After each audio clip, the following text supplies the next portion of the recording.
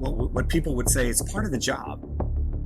No, there's nothing anywhere written that, hey guys, you're going to get injured and you should just take it. That's not the way it is. What's happening to the roaches if you don't catch or stop a few? They just move somewhere else. Their form of a tantrum is going to come in a protest, and it may get violent.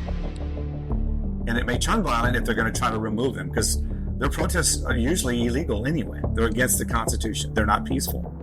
And some people will say, you don't fight violence with violence. Yes, you do.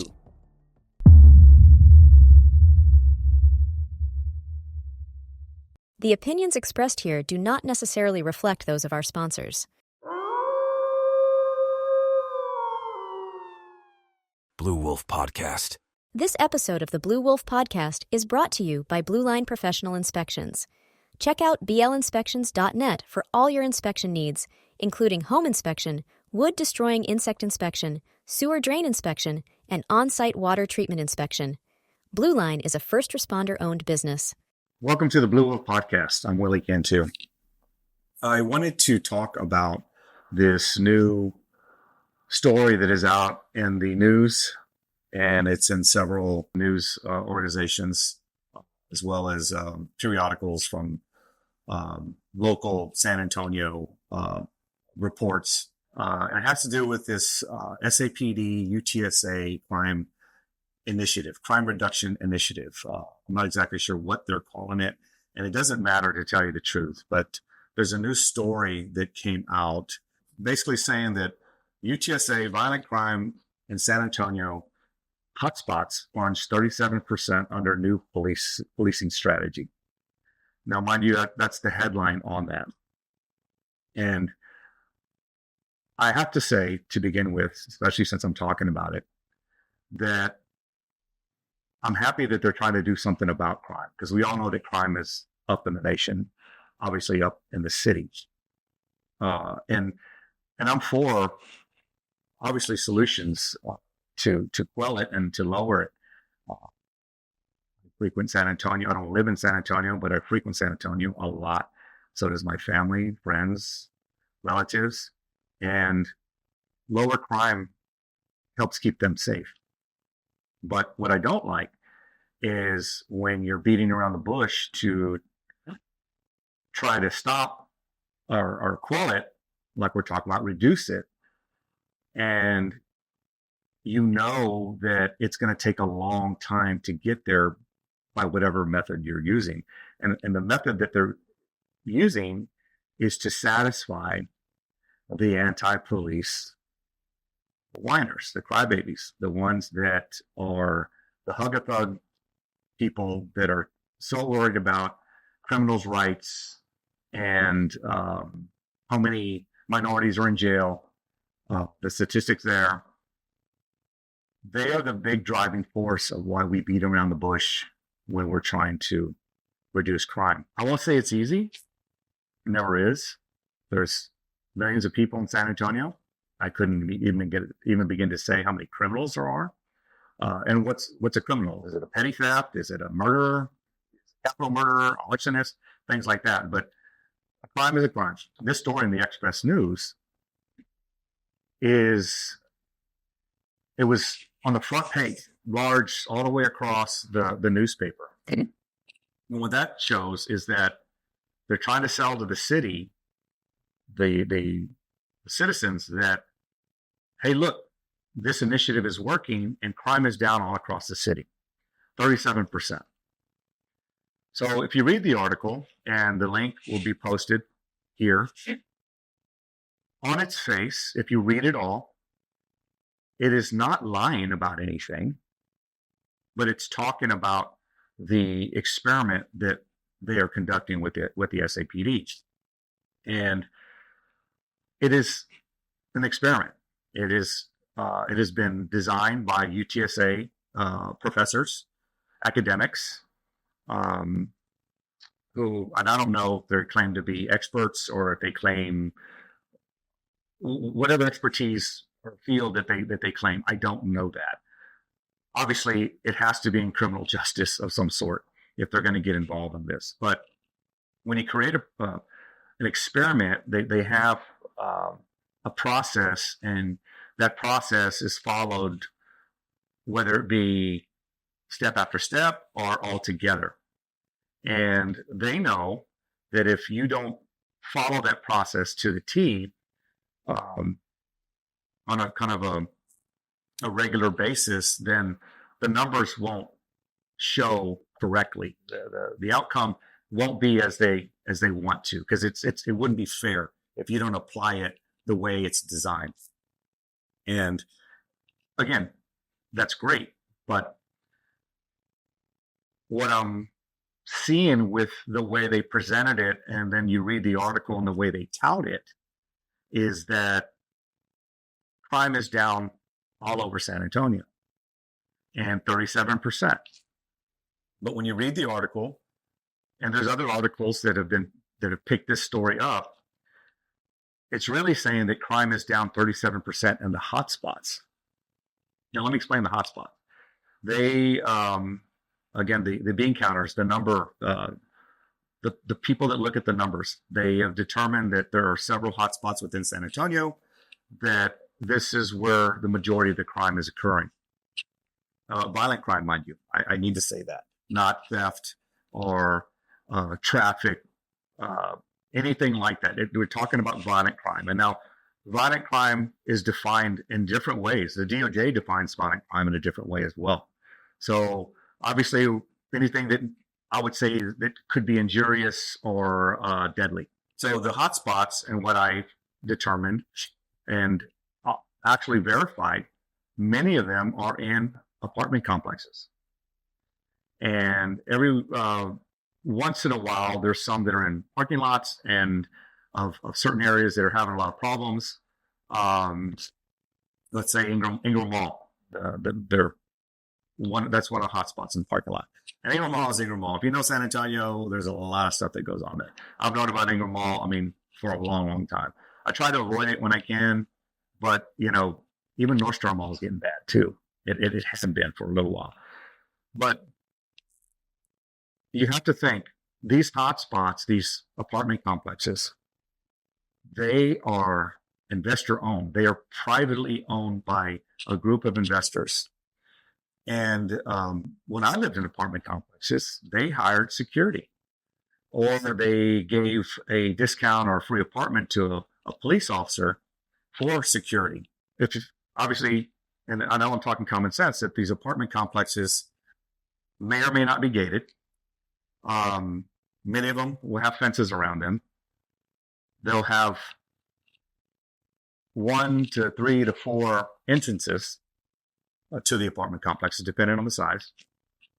And I wouldn't even say the newer complexes are rid of crime themselves, because I worked some newer complexes and I had my hands full. The common sense thing tells you that if you park, and this was the first phase that SAPD was doing, they would park officers in a patrol car, marked patrol car, uniformed officers in the parking lot, and for I think I heard 15 minutes. I don't know, it could be longer, with their emergency overhead lights on, and just sit there. So mind you, these guys are Texas peace officers. They're police officers. Criminals are dumber than rocks a lot of times, but they're really street smart. They know if I was going to go in there to look for vehicles, say to burglarize or someone to murder, I want to be as far away from the police as possible. And if he's sitting in the parking lot of that complex, I'm just not going to go. I'll come back another day. Or if I really, really want, I'll wait. Because these guys are only going to be there for a short amount of time. At least, let's say nowadays, depending on their duty hours, 10 hours, if that. But I don't think they were sitting there for 10 hours, to tell you the truth, because they had to move on to another hotspot. We don't have enough officers, because you're wasting an officer there for 10 hours. So just wait, and they're going to hit. These guys were also told, the officers were also told, not to arrest anybody. This was at the beginning, and because you had to sit there. And especially if you're sitting at one hotspot and let's say a crime is in progress, just up the way, you could get there first. They didn't want you to move, because if you did and you left that hotspot, then you just kill the whole experiment, because you are not doing what it's designed to do. You're not there for 15 minutes. So you just skewed it. Now, I would hope that when I heard that, I was like, that is just dumb. And I would hope, because if it were me, I would go, I don't care about this experiment. There's a crime in progress, and I can possibly save somebody's life. I'll go catch the bad catch and arrest the bad guy. What are they going to do? Not put me back in a hotspot? Please don't. Don't put me back. If I'm not doing its due diligence. Which kind of leads, and I don't want to get off the subject, but on that subject, one of the council persons had, when it first started, said that they interviewed some officers and that it wasn't very popular amongst the officers. And I'm still hearing that it's not very popular amongst the officers because they're sitting there doing nothing. You know who does that? Security guards. You hire a security guard that's not armed. He's got a phone and maybe a radio, I don't know, but they just sit there with their lights on and they do nothing because there's nothing for them. Well, for one, they don't have the capacity to do anything, but SAPD does. These guys didn't want to sit and park and do nothing. They want to catch bad guys. They want to arrest bad guys. They want to feel like they're making a difference. And basically, I think the quote was, they didn't find it sexy. And no, it's not. No one wants to. I wouldn't want to do that. They're basically pissing on your leg and telling you it's raining with this story here. Because if you read into it, they say that crime across the city is only down 7%. That's across the city. But the hotspots are down 37%. Well, to me, number one, 7% isn't that much.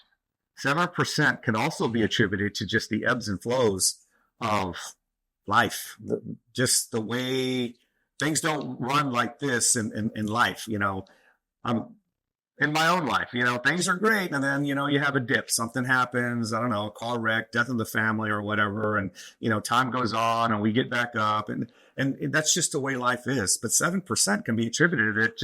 That's just the way it went, because there's been times where we've had strings of like 6 officer involved shootings within, say, 13 days. And, oh my God, there's a spike. Well, that's just the way it goes. And then they want to know why it happened. Well, just the way it goes. I don't know. No one could ever find that answer. And then it quells and it goes on for a while. That's just the way it goes. So 7% is not a big deal. It's not something to celebrate, to tell you the truth. And 37% with the hot spots and these officers sitting there in these places, shouldn't it be higher? Shouldn't it be over 50% than what it's showing here, if we're actually concentrating on these areas here? But it's not. And I'm not trying to be Debbie Downer. I'm not trying to be negative about it. I'm just trying to bring light to something that is, to me, a false positive, so to speak. But they're selling it off and people tout it. And if you're a headline reader, which a lot of people are, they just read the headline and go, oh, great, crime's down. And then they move on. Next thing you know, they go down the way and they get carjacked. Hey, I thought crime was down. Well, they just moved them out of that hot spot and then they went somewhere else, maybe into your neighborhood. And recently there was a 65-year-old man on the north side that was carjacked and killed by a 13-year-old. That's a violent crime. And I don't know the details of it, to tell you the truth. I hope he didn't fight back. I don't know.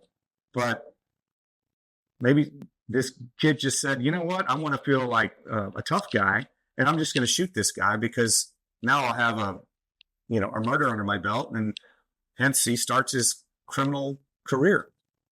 And, but I don't know. I've yet to see the details that if he did fight back or anything with that. But my point is that when you have these officers sitting at what they call a hot spot, it's like my analogy for it, and some people may not like it. I doubt my listeners on this podcast, you'll like it, but it's like when you turn the lights on in say a a roach infested house, most of the roaches, if not all of them, run and hide.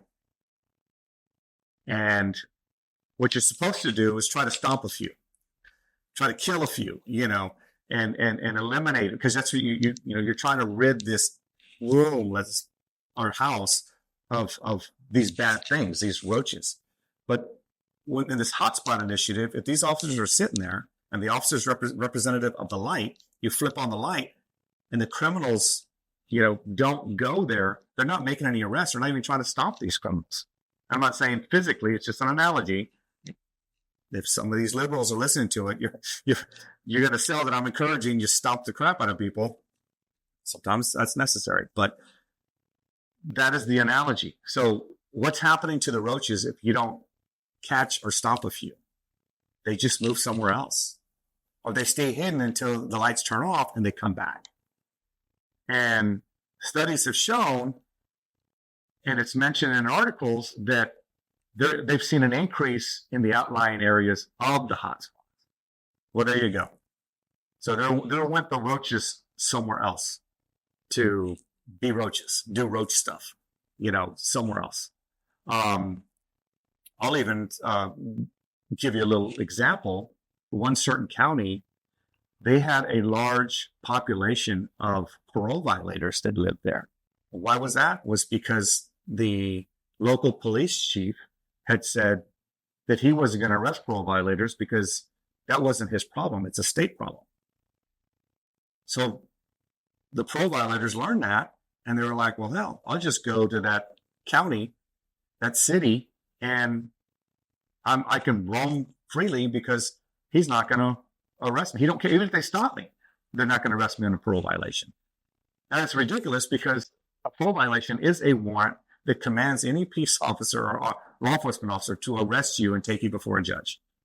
So that chief was violating his duties, his oath for doing that. So they know, again, they're not road scholars, but they know when the heat is on, and they'll move to where the heat's not. And the heat, as we know, are the police, or any kind of scrutiny from law enforcement, or possibilities of getting apprehended. They're going to move on.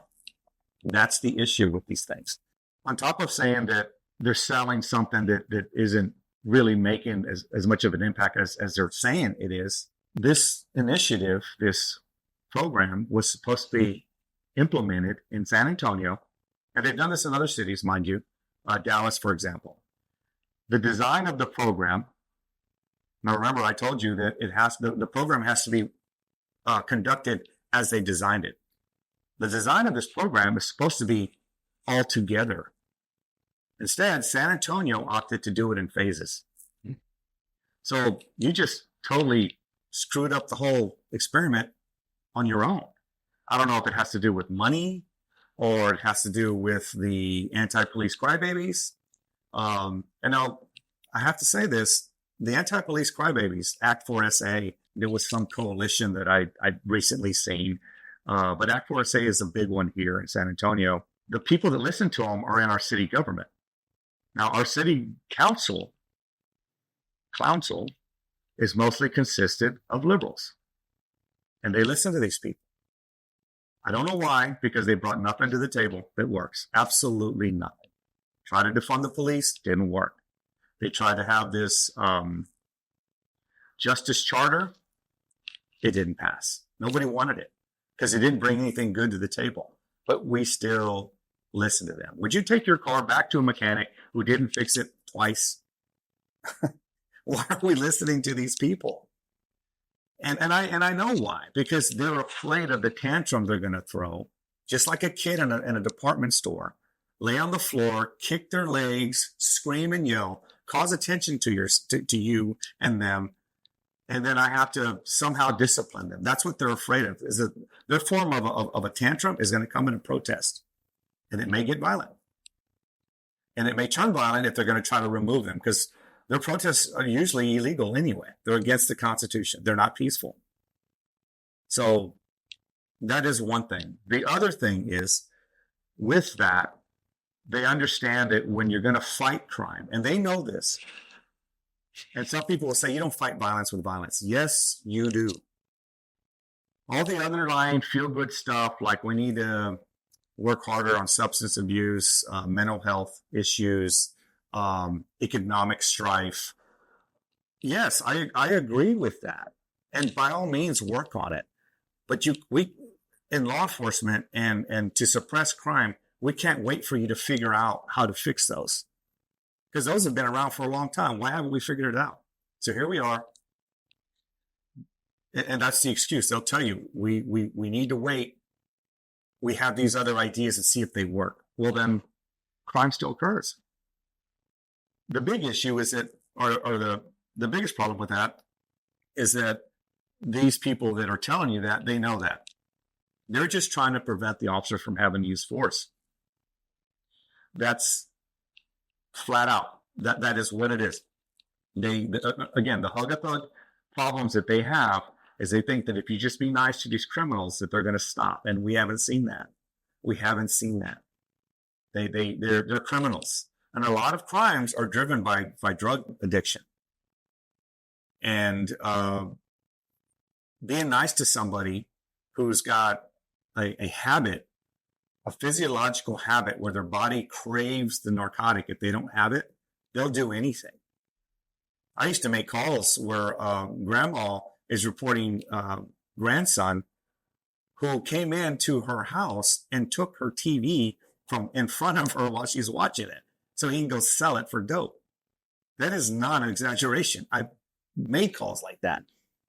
Does he want to do that to grandma? He probably doesn't. But his addiction, his cravings make him do that. So again, being nice to these people, it doesn't matter. It doesn't, I'm not saying not to be, because we do have to treat them with some sort of courtesy and all that. But when they resist and it looks like it's going to be injurious to the police, you've got to protect yourself from injury, serious bodily injury, or death. No officer or no one should like to get hurt doing something or killed, obviously. And we're not expected to do that. It's not what people would say. It's part of the job. No, there's nothing anywhere written that, hey, guys, you're going to get injured and you should just take it. That's not the way it is. So these anti-police crybabies are in the way. And then along with our city council people, Jenna McKee Rodriguez, the council, them, misgender this person. Here's a quote. I think there's going to have to be a series of conversations. The first one is going to be something like a venting session. The community needs to be able to feel heard, and they need to be able to get out everything that they feel. So what Jalen McKee Rodriguez is doing with that quote, and what he's saying with that quote, is he's trying to delay the actions. Once again, he's thinking, well, let's get the community involved. And that's always good. It really is good. But it's going to take longer to stop the crime there, because he thinks that these people, if we can talk to these people for solutions, that we could possibly solve the situation without involving the police and without them having to use force. That is not going to happen. It's just not. He's stalling. He knows what's going to have to happen. I'm going to give him the benefit of the doubt. He knows that the way to stop crime is for the officers to roll in and enforce the law.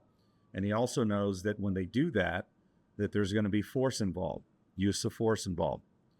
I can go further into about uses of force and explain that better, but to make it sound like, obviously, what I'm trying to get at. Striking someone with a fist or a kick or a knee, elbow, whatever, and a baton, tasers, and there's obviously shooting somebody, that's the force that gets into the news.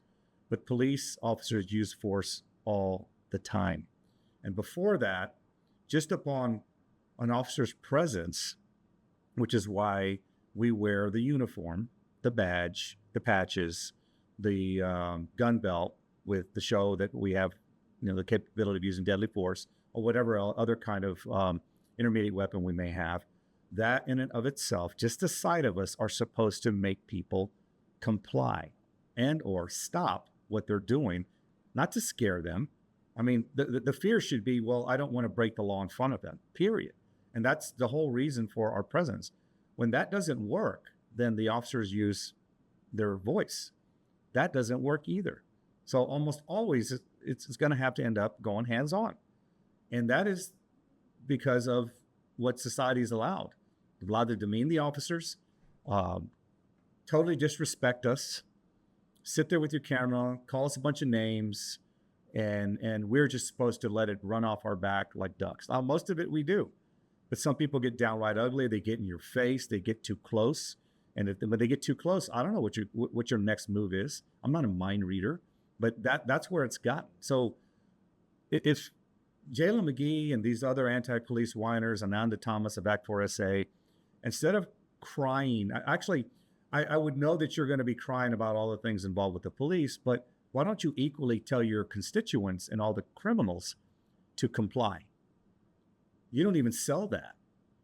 I don't even think you believe that they're supposed to comply because, we're just the big bad police. But that would be a good step in the right direction. Would you imagine would people just comply? How much of use of force incidents would go down? Or comply like they're supposed to. And that's everybody across the nation, not just San Antonio. But you don't sell that. I have yet to see you do that. I don't see any initiative, some plan to go, hey, we're going to push, buy billboards. Hey, criminals comply. Just comply. If the police are wrong, well, then, you'll go after us with a civil suit. I don't know. Go complain at us to Internal Affairs. It happens anyway. But you don't sell that. And that is the magic answer to a lot of these uses of force. Just comply. Go to jail. And with this DA in San Antonio and Bexar County, your chances are good of getting out and getting off. So that should be sold too. that even if you go to jail for whatever you get arrested for or charged with, chances are with Joe Gonzalez, you're going to get out quickly with bail reform or have the charges dropped. I don't like it, but that saves you from getting hurt or killed. That's just the way it goes. So I got off on a little tangent there, but along with Jalen McGee Rodriguez, there was another councilwoman, Terry Castillo of District 5, that said this, quote, "My overall concern is the human collateral damage with hyper-concentrating police in lower-income communities of color." There we are back to square one. Now, mind you, the story that occurred and been in the news recently was with the DA Gonzalez, the DA's office, and Joe Gonzalez being led and instructed and guided by the Ren Collective out of Austin, now Texas, a liberal George Soros funded group. And you look on their website, their biggest initiative is to reduce the number of minorities incarcerated. That's it. They don't care about the fallout. They don't care what happens when you do release these people. It's just because it makes them feel good and it reduces the numbers of minorities here. So here you have Terry Castillo talking about hyper concentrating police in lower income communities and of color. And how much of a percentage of San Antonio is minorities? A big percentage of San Antonio is minorities. And if you go to the east side, a big percentage of those people are black. But yet a lot of it is black on black crime. So how are the police supposed to do their jobs without concentrating on a person of color? And a lot of the police officers are persons of color themselves. This doesn't make sense. Hyper concentrating. Well, that's what this, if you want to use that term, that description, that's what this initiative pretty much says. You're hyper concentrating in these hotspots, and they are lower income. You don't see a lot of these, well-to-do people carjacking anybody, or they may be dealing the dope, but they're trying to do it without any violence. And that's just the way it is. So these people are halting the progress of this initiative. There is, what I always say, we're going good, and then we have this kind of concern, and it sends us back to square one. Then we got to go, well, what do we do? Well, that's what we were doing to begin with. We're trying to figure out how to do this. And mind you, the whole purpose of police work is trying not to use as much force as might occur. That really is the whole purpose of it. And these officers are trying not to. Because if they do, they also know that they have to worry about an internal affairs investigation. And then they have to worry about DA Gonzalez charging them. And he is charging a lot of these officers for things that they're justified in doing. Why? Because he's a leftist. He's an anti-police leftist and liberal wokester, if that's a term in and of itself. So what do? I don't know what they're trying to do something here, and they've already skewed this experiment because San Antonio opted to do it in phases. So the experiment is pretty much nil. You're what I call half-assing it. And when you half-ass something, then you get half-ass results. But why are we doing it? I don't know. I can't put my finger on it, but I would guess that it's a lot of that. And then probably money, which is always, in the way of things. So what do? You keep doing what you do. The officers, I tell you, the biggest thing is let these officers do their job. And when uses of force occur where it's injurious or death is involved, you use the law. Now, I won't even say policy, because policy a lot of times doesn't mean, if you violate policy, it doesn't mean it's against the law. But policy is what SAPD has been trying to do is they create policy for everything. They try to policy away certain things they don't like or that they might have to explain. So, but know your law, know your case law, your justifications for your enforcement in your duties. Because, like I said, I'm sitting there in court and I'm seeing this DA trying to convict you really on optics, on emotion, on how bad it looks, but all the actions are justified. And our department should know that too before they allow Joe Gonzalez to go after you with that. So again, I'm not trying to be negative about things. I'm just trying to give you the truth about it. I want to know the truth whether I like it or not. I'm a truth seeker. But if someone's trying to sell something off as being the bigger productive thing, and you can tell there's something wrong with it, I want to dig down deeper, and you all should, because eventually crime is going to come to you if it hasn't come to you already.